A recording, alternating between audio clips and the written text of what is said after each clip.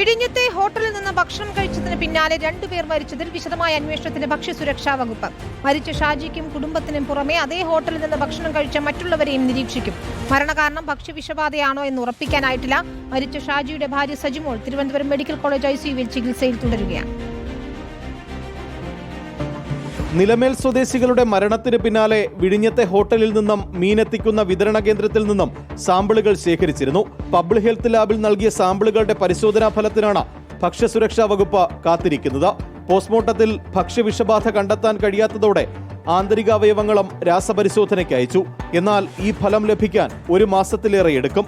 ഭക്ഷണത്തിലെ വിഷാംശവും അലർജിയും ജീവനെടുത്തേക്കാമെന്നാണ് ആരോഗ്യ വിദഗ്ധരുടെ അഭിപ്രായം. ഭക്ഷണം മൂലമാണ് പ്രശ്നമുണ്ടാകുന്നതെങ്കിൽ അത് ബാക്ടീരിയ മൂലമാകാം, വൈറസ് മൂലമാകാം, ചിലപ്പോൾ കഠിനമായിട്ടുള്ള ഒരു പ്രത്യേകതരം അലർജി മൂലവും ഇങ്ങനെ സംഭവിക്കാവുന്നതാണ്. അതേസമയം അടപ്പിച്ച വിഴിഞ്ഞത്തെ ഹോട്ടൽ പ്രവർത്തിച്ചത് അംഗീകൃത ലൈസൻസ് ഇല്ലാതെ എന്നാണ് വിവരം. ഇക്കാര്യം പരിശോധിക്കുമെന്ന് നഗരസഭാ അധികൃതർ അറിയിച്ചു. റിപ്പോർട്ടർ, തിരുവനന്തപുരം.